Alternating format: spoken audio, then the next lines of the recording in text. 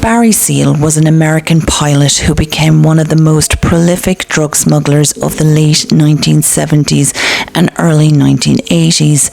After beginning his aviation career as a commercial pilot, he was drawn into organised smuggling using his flying skills to transport large quantities of narcotics and other contraband throughout the Americas.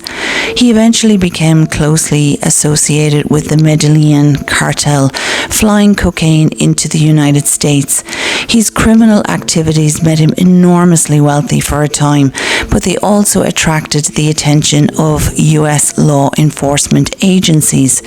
In 1984, after being arrested on drug charges, Seal agreed to cooperate with the US government as an informant.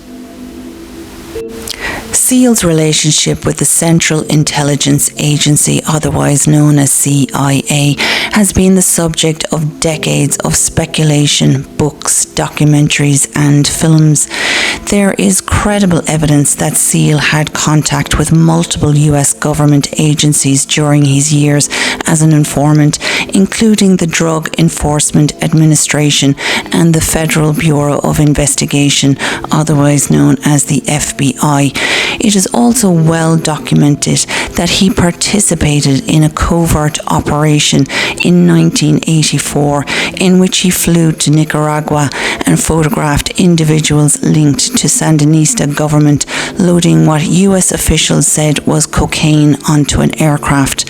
That operation supported the Reagan administration's efforts to link the Nicaraguan government to drug trafficking.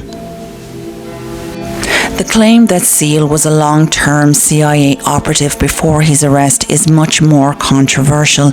Many books, journalists, and conspiracy theories have asserted that the CIA recruited or protected him throughout the 1970s and early 1980s. However, publicly available evidence has not sustained those claims.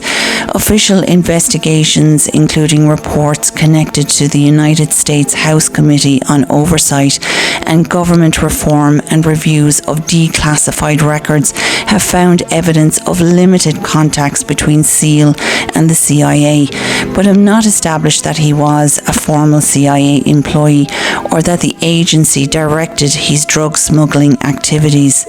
Some former officials have acknowledged that the CIA had occasional interactions with him, while others have denied any operational relationship beyond specific intelligence matters.